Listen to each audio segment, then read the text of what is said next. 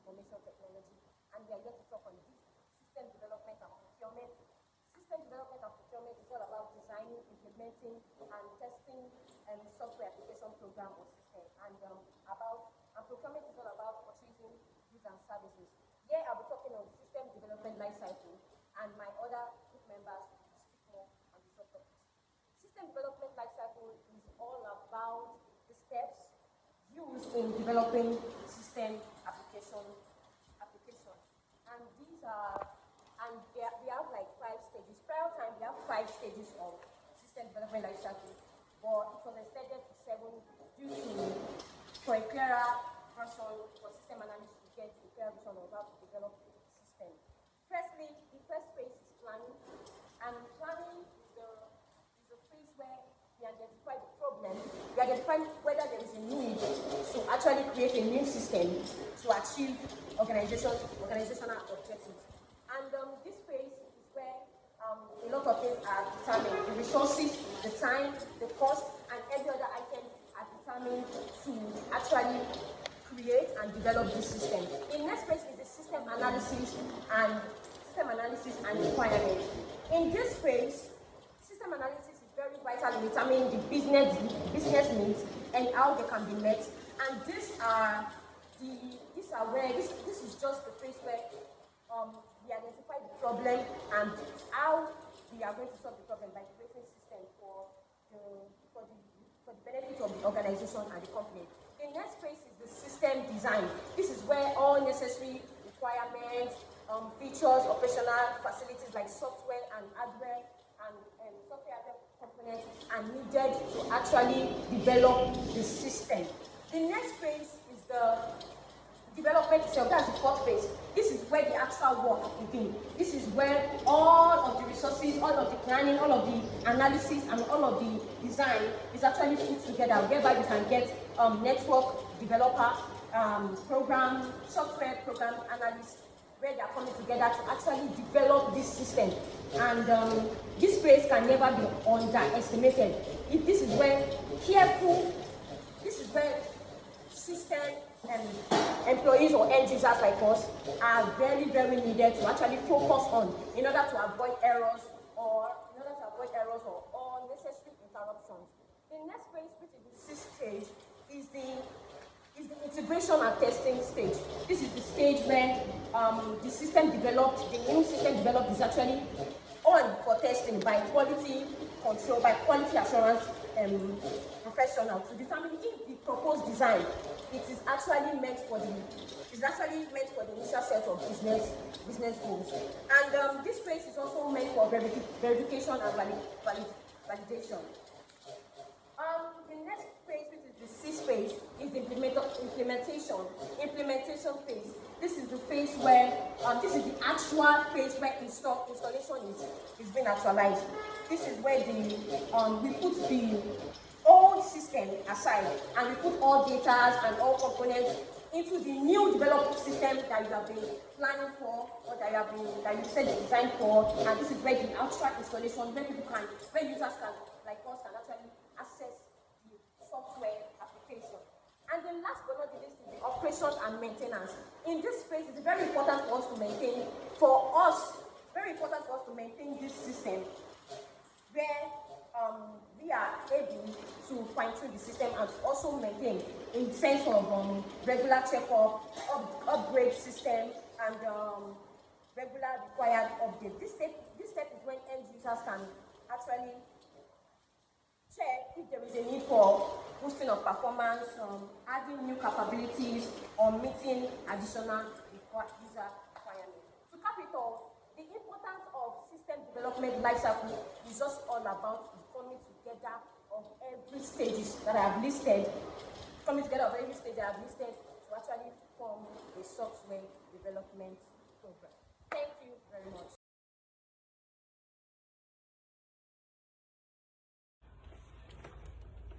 Good day, everyone. My name is Marcos Okelechi Victoria. I'm an undergraduate of the University of Lagos, a 300 levels undergraduate with cohorts in business education. And I'll be talking about the subtopic strategy selection under system software procurement and development. So I'll just continue from where my colleague had already stopped. So I'm sure that she has elaborated the types of strategy we have. I'll just recap. We have agile strategy, we have waterfall strategy, and we have iterative strategy. So moving forward, I'll just explain strategies selection. That's what you need to consider when picking up a strategy. So we have two major things that are considered when picking up a strategy. So the type of project is one, and the organizational structure is the second thing. So type of project, in the sense that you need to know the project that you're working on before you can say, okay, this is the strategy I want to go for, and this is the one I don't want to go for. Because the strategies have been explained, I'm sure that we now understand the strategies and requirements, or the peculiarity of each of them. So it depends on your project, the kind of project that you want to do. That's what will help you determine the kind of strategy that you choose. Now let me state it that there is no best strategy. There is no best strategy within the three of them. They are all peculiar in their own way. So the only thing that there is the one that suits your project better. Is the one that suits your project better. That's the only difference between them. You can't say this is better than this. No, they are all peculiar in their own way. So the only thing you need to choose is the one that suits the project you want to work with better. Then the other thing that we look into most of the times is organizational structure. Now, do you have a large team that can cater for this project? Do you have a large team? Because there are some projects that would need a large number of team members and teammates to work with. So you have to look at, is there a large team that can help me function well with this project, that can help me execute this project to perfection? So that's, and the type of organizational structure, because the type of organizational structure would lead you to understanding if, okay, for instance, the iterative section and strategy rather, you know that you need to delegate duties to different persons. They have different sections. So if you have a large team members already in your organization, it means that you can work with that kind of strategy. But if you have a limited man force or in your organization, it means that most of the time you will go for waterfall strategy, which you can finish from one stage to another stage, and the few persons you have can help you do that. So that's what we look into. Then back to the type of project. Then in recent times, most of the small scale businesses, they go for agile and interactive sessions. That's what research has shown, that most of the small scale businesses and the startup businesses, they go for either agile or iterative session and strategy, because they find it simpler and easier to understand or to manage. According to findings, they said it means that they find it easier to manage. They find it easier to manage and work with. So this is the two sessions. This is the two things that you need to consider when you're trying to pick a strategy to work with. So I'll leave us to my next classmate who would elaborate more on the next topic. Thank you. I remain Nwankwozu Kelechi Victoria. Thank you and God bless you.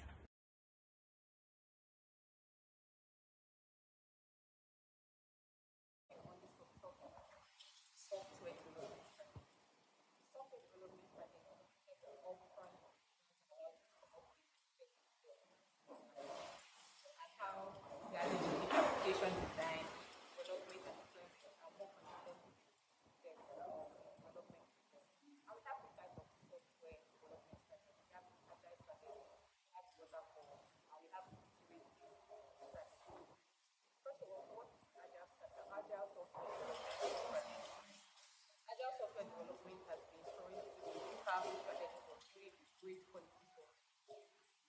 as a methodology, Agile is known for promoting speed, efficiency, and by Agile we mean a development that is iterative and continuous, with shortened delivery time and releases every few weeks. Waterfall software development strategy is the first process to be introduced. It is also referred to as the linear sequential life cycle model. It's very simple to understand and use. In a waterfall model, each phase must be completed before the next phase can begin, and there is no overlapping in the stage. The waterfall methodology, also known as waterfall model, is a sequential development process that flows like waterfall through all the phases of the project. That's analysis, design, development, and testing. So this each phase completely wrapping up before the next phase begins. While the waterfall model relies on thorough upfront planning, in which each phase must be completed before the next one starts. Then the iterative software development strategy is a software development approach that breaks the process of developing a large application into smaller parts. And each part is called iteration. It represents the whole development process containing planning, design, development, and testing.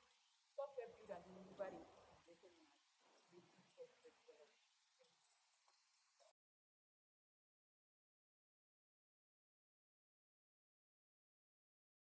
Heidi Bilikis. I'm here to talk about system development and procurement.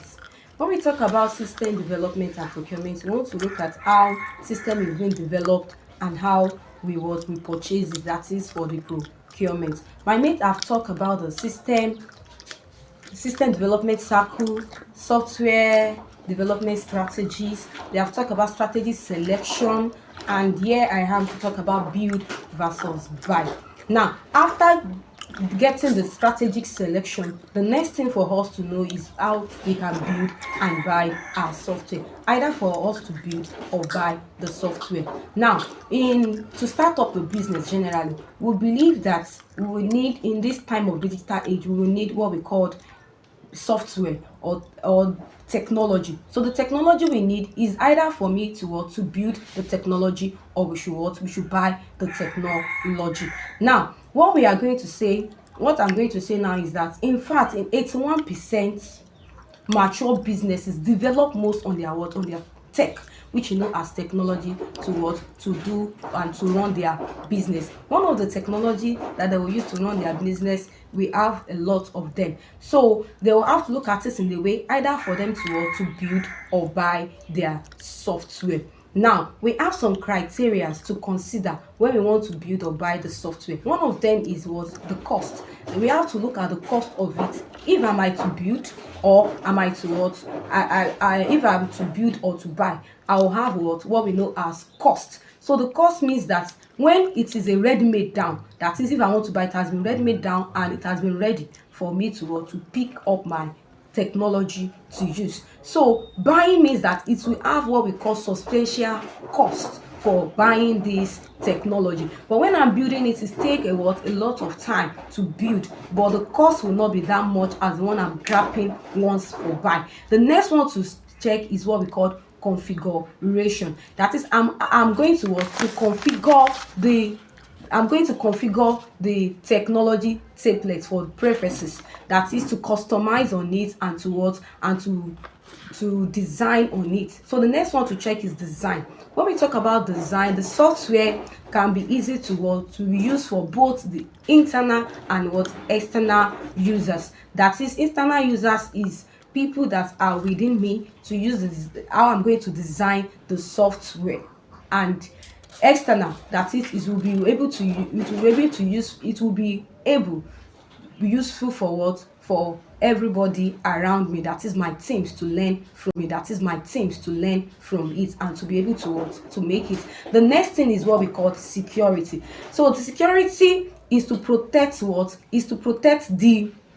the system, that is the software, is just to protect it for security purpose, so that the database will not be linked. That is, if I want to build or develop the software. The next thing is maintenance. That is, how I'm going to maintain it. Since I'm buying it, I'll be able to maintain I will be able to maintain the software. If I'm building it, I'll be able to maintain the software as well. But the next thing for us to look at based on this maintenance is that when maintaining this software of a thing that we're talking about, that is, if I buy and I didn't maintain it very well, I'll be able to do what to I'll be able to find a way of rebuilding it back, or of a way of arranging it back the way it's supposed to be. So we should now consider either I should buy, or what I should buy or I should build. Now, to consider either I should buy or I should build, there are some things for us to consider. Number one thing is that if I want to buy, one of the things I'm going to consider is the software is not, that is, I'm considering if the software is not the core part of the business. That is, the core part of the business I mean is that we have some people that are doing cyber cafe for their work or something, so they can build their own in that way. But when we talk about buy, if I want to buy, I'm having a company or organization now, so I'm going to buy it because I need it for a particular purpose, but it is not the major core part of my business. That is, if it's not a core part of the business, we'll be able to buy. Another thing to check is that if the budget need of the course is very the cost efficient tools. So that is, if the budget and you need a cost efficient tools, so you have to buy. Another thing to consider is that when you schedule and you are aiming for fast development, you schedule it, that is, okay, this is the time I need this technology, and you are aiming for fast deployment for it, that's the time you can buy. So if you want to build, there's a way you can also build is computer software. Building a computer software based on that you want to that is, building means that you want to develop your own computer software. That is, you develop a unique capability for your website or application. You have your own website or application. Another one is that you have to plan, that is, if you want to build the software, you plan to sell your software as a product. You are planning to sell it as a product. That is, after building it, your software, you want to sell it to some other users. Another way is that you have a specific set of features requirements. That is, people have been requiring for one or two things, so you have a specific set of feature requirements. Another thing, that when you want to build, that you can take your time with its development. That is, it is not like buy, that you just pick it up once and for all, but this one, you will take your time for it to build its development. Thank you very much.